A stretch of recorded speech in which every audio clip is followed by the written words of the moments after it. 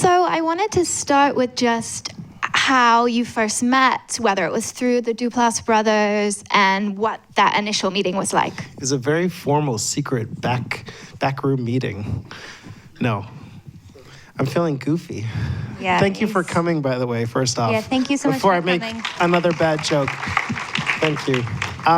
We met through a friend, and I was at a party of yours. Yes, Linas came to a party at my house, and then he sent me a thank you note in the mail that was like basically a ransom It was like note, a letters creepy cut out from stalker note. magazines. She said she had a stalker, and then but I lived close by to her, so I took a picture of me outside her house. And Yeah. He came to another party and took some pictures through the window. Came into another party and took a picture of me and my boyfriend going like this because there's a camera in our face, and then he sent us that picture. Yeah, it's creepy. Yeah, he did a lot of weird stuff. And then one day he sent me something else in the mail, and it was the script for this movie with another ransom note that said, "Will you be in my movie?" Cut up from letters from the magazine. And your reaction was, of course. Yes. I was super into all his weird stalking. I have all this stuff on my fridge. Yeah, but I really loved the script, so I was excited to be part of it. And Linas, I heard that you put actually a lot of yourself in Melanie's character. Is that true? In Melanie's character, I guess I can identify with like the person who identifies as new agey and trying to teach people, but then coming across as like a little like a know-it-all. I don't know if that's what you thought of your character, but I mean, I don't know if that's in there, but that's, kind of coming from, something. And people that I know, it just seems like a lot of people struggle with that of like, how do you help people? But then, like, I don't know, there's a Ram Dass podcast my girlfriend always talks about where it's like, it's really easy to be up in your room meditating when you're visiting your parents because it's so hard to deal with them, but maybe just go down there and play the dumb board game with them. You have to like find a way to balance how you're looking at the world and just the people who are actually in your life. And, even if they're not on as high of a level. No, just kidding. That's not what I'm saying, but I think that answers that, So when you said yes, Melanie, what was the next conversation? Did you talk about the character at all, or was it pretty sort of organic? I think the next conversation was, I said, I love it, I want to do it. Please have J. Duplass send it to my agent because I want her to let me do it. And I feel like it's kind of out there. So I wanted it to come from the most reputable person associated. No offense. Not your, hey, this stalker sent me a script. Can I do it? Yeah, he sent it with this ransom note. Good. Can I do it? So that was the next conversation. And then we made it pretty quickly after that. And you already knew Jay and Mark from a while ago? Yeah, just from film festivals. And then I had acted in a one scene in a movie that Mark was in, and then he helped me with a movie I made called Bass Backwards. He helped me introduce me to the producer and helped a little bit as an executive producer. And then and I had been talking to him about this script, and then like I just kind of let it go, and I was frustrated and stalled out on the script. And then years later, I met Jay and started talking to him about it. So I got in there any way I could with the Duplass brothers. But yeah, Jay was really helpful because he and I worked on a movie together, and then finally got the script done and sent it to him. So Shonzi is a character who has existed in some shape or form for a long time. You said he used to have a different name, right? Yeah, Rimus. He used to be called. I feel sad saying that because Rimus is like a real character to me. I mean, it's Shonzi really, but anyway, I know that's so confusing. But I just changed it to Shonzi because of Fonzie, and that was fun. So yeah, but I've been working on this character, I don't know, for a long time. Yeah. How did he first come about, and how has he changed over the years? My friend Todd was leaving on a trip to DC, and I was visiting him in Brooklyn, and I was really sad that he was leaving, so I just kind of turned into Shonzi, and I like guilt tripped him the whole time because he was going out of town, and I was like on the corner like holding his feet, and so he couldn't get into the car. I don't know. It came from a playful place at times, but then, you know, I've worked with special needs kids, and you know, really feel for the struggles that they go through. And yeah, so somehow, you know, that filtered into it.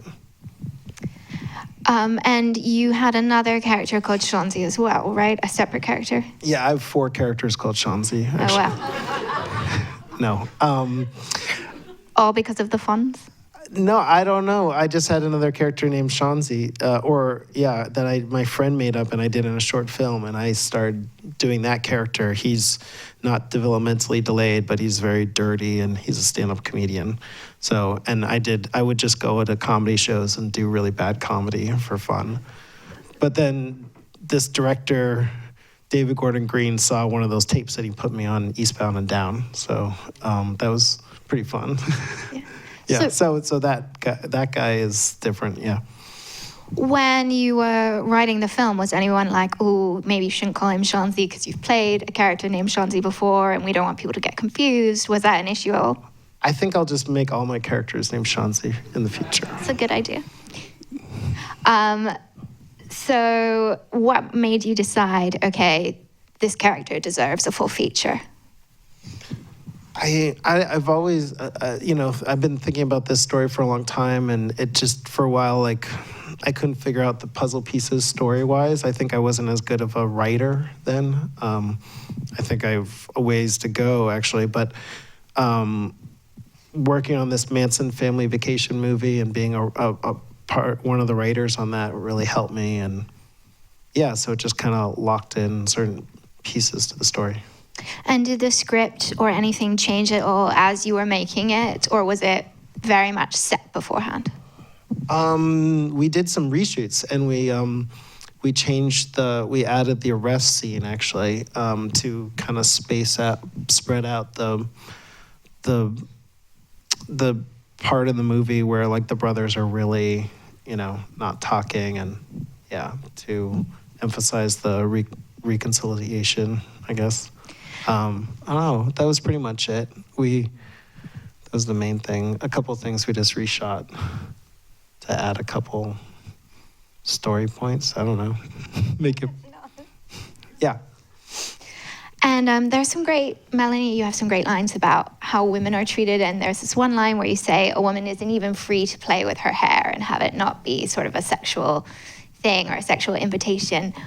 How did that sort of side of the story come about? You wrote it.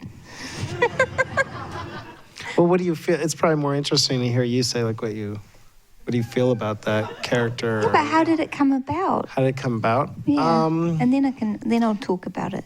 I mean, I had a friend who said something like that, you know? She would, like, I don't know, yeah.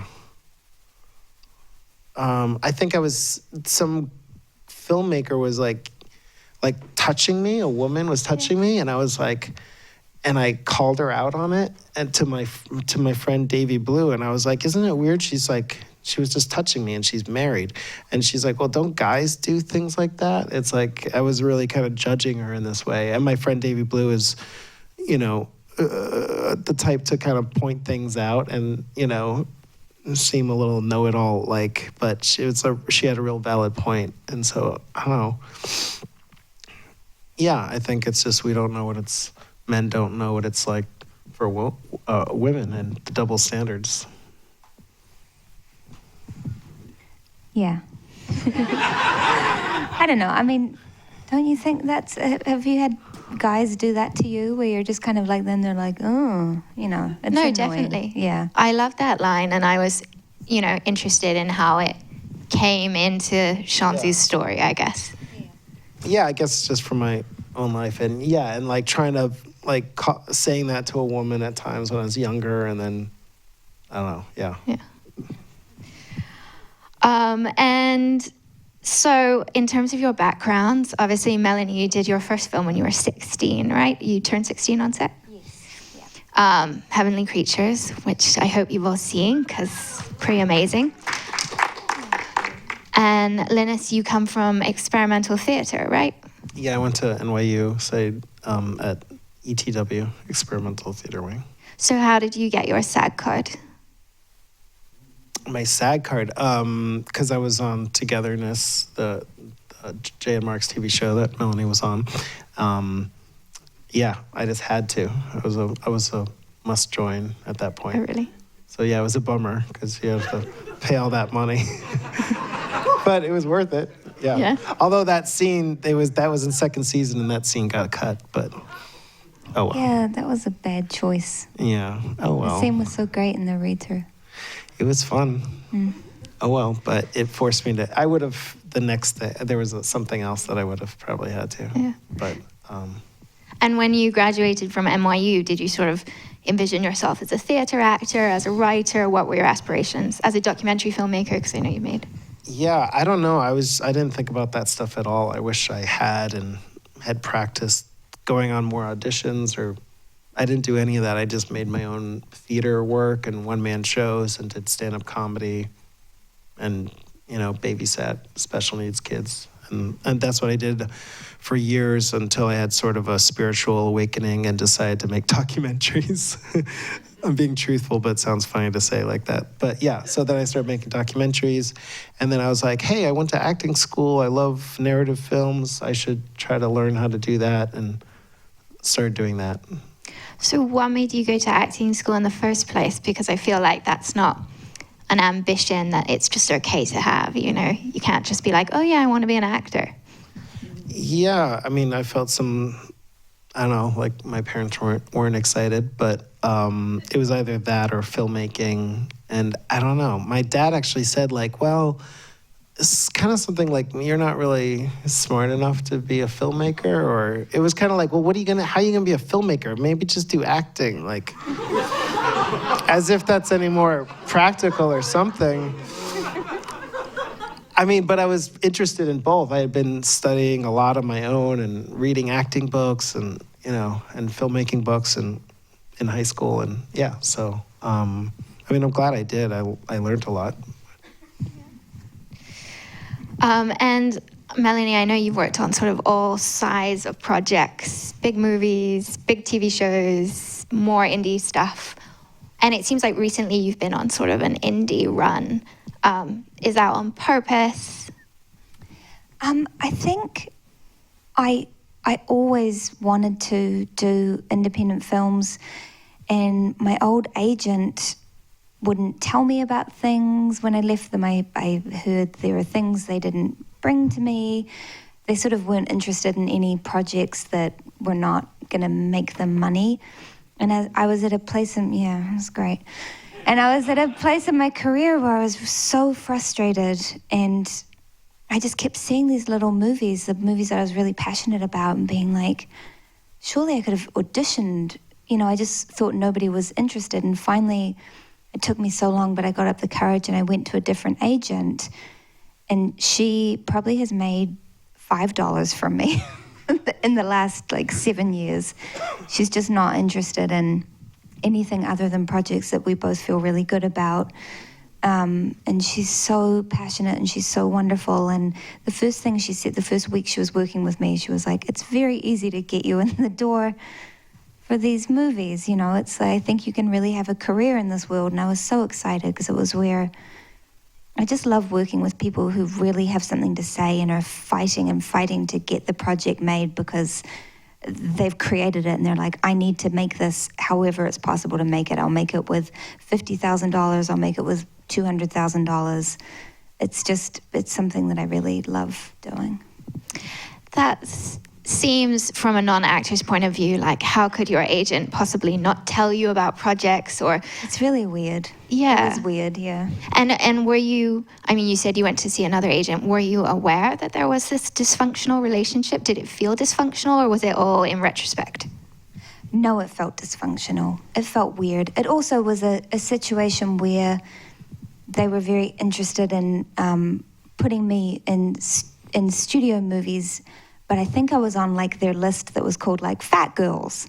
So every time I got a script, it's just the type of part that I just think shouldn't exist for anybody, and definitely we don't need it for women in this day and age, where it's like someone who's a little bit bigger than like a tiny, tiny little person is just sitting around crying and like eating candy bars and like, I'm never going to meet a man.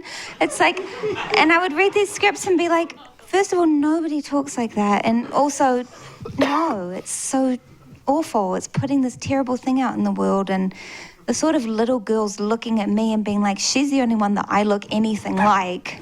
And everyone's laughing at her, you know. So that was one frustration that I had with them, just because I want to represent all types of human beings, not just like the sad fat ones. Like, is that even a thing? It's not even a real thing in life. Anyway, I'm really digressing, but there were a lot of issues with that agent, yeah. Do you ever allow yourself to be put off by a character description? Like if it says something along those lines, will you be like, I'm not even reading this, I'm done? Or will you read it? I will read. I mean, the thing that really bugs me, like there's that great Twitter account or whatever beautiful. It is. Yeah. That's the thing that bugs me, when the men are described as like strong, confident, you know, capable, and then it's like beautiful, but she doesn't know it. And just all this sort of bullshit. Like that, it really annoys me when every woman you have to be told she's beautiful.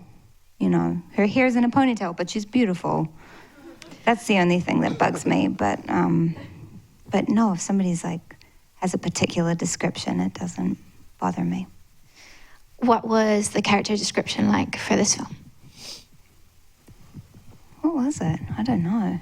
I probably put something in about new agey.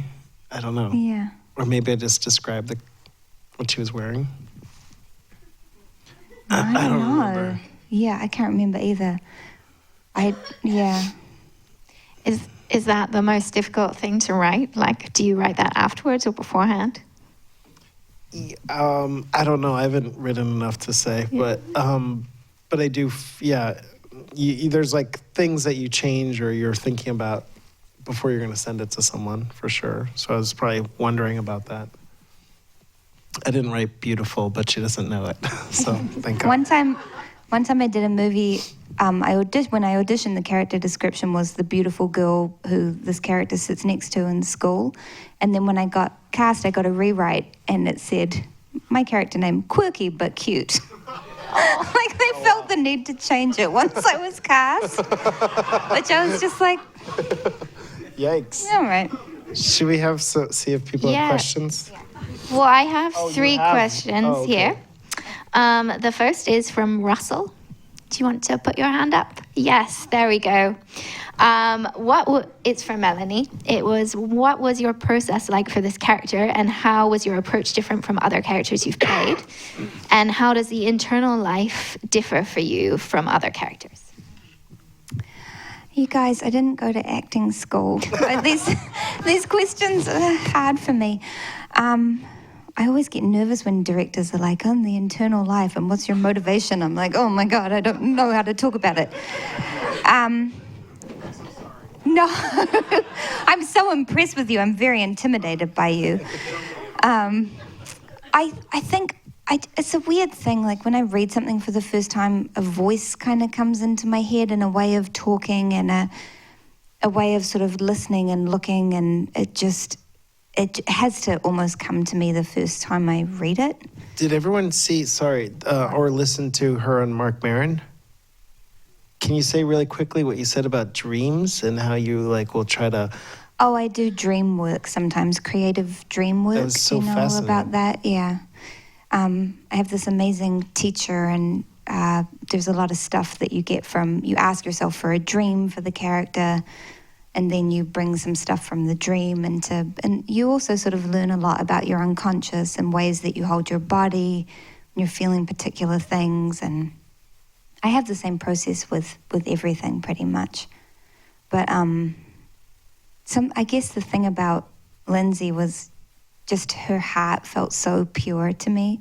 Her intentions felt so good, and there never was a moment when I was playing her where something else was happening in the back of my brain. Sometimes you're playing someone and their, I guess, motivation or whatever is like ticking away.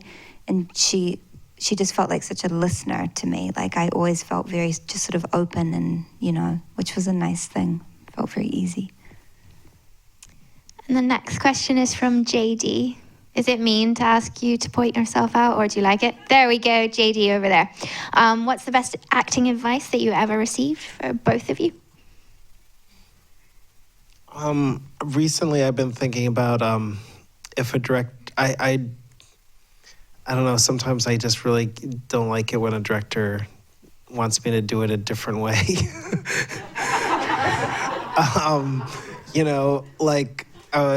I was doing a short film like last summer, and I really liked this guy, and I was just ready to do whatever he wanted. And he was like, "Oh, that line, I think it's really got to be like scary, angry, you're almost yelling." And I didn't want to do it that way, but it was very short time-wise, and I was just like, okay, I already did it once that way, and I didn't really like the way I did it, so I should just keep trying to do it that way, because he's going to use one of those takes where I'm almost yelling. So just surrender. I think a few years ago I would have tried to do it my way to convince him, like, look how much better it is. But I don't know. Sometimes that is a freeing thing for me lately. I think something that I have learned mostly from watching, especially women that I admire, because I feel like men have an easier time doing this typically, is to just ask for time if you need time, and ask to, because everyone else, every other job on the set is given the time if there's something wrong with the light. Nobody's like, we don't have, they wait for the light to be fixed, they wait for the camera to be ready, they wait for makeup to come in and do, and then sometimes as an actor you feel forced to just instantly perform as soon as everyone else is ready. And so it's been a good lesson for me to just be like, I'm also doing a job, so if all this happens around me and I need 2 minutes to center so I can do my job properly, it's okay to ask for that. Yeah, so that's been my thing. And final question is from Martha. No? Okay, yes, I see you. Hello. What is the one thing you learned from doing this film? For both of you. Only one. Top thing.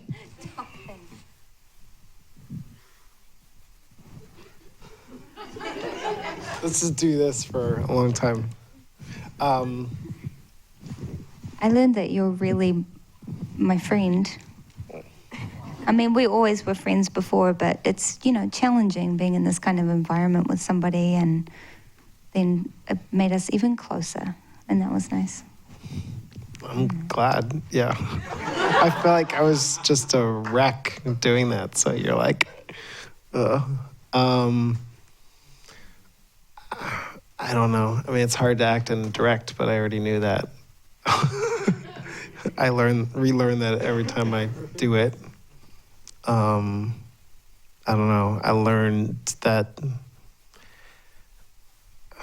I don't know, it's satisfying to do it, but it's not going to solve all your problems. Sometimes I'm like, once I do this, everything's going to be okay. Just got to make this movie. And then it doesn't, but it's very satisfying. Great. Well, thank you so much for both coming out here. Thank you. Thank you so much.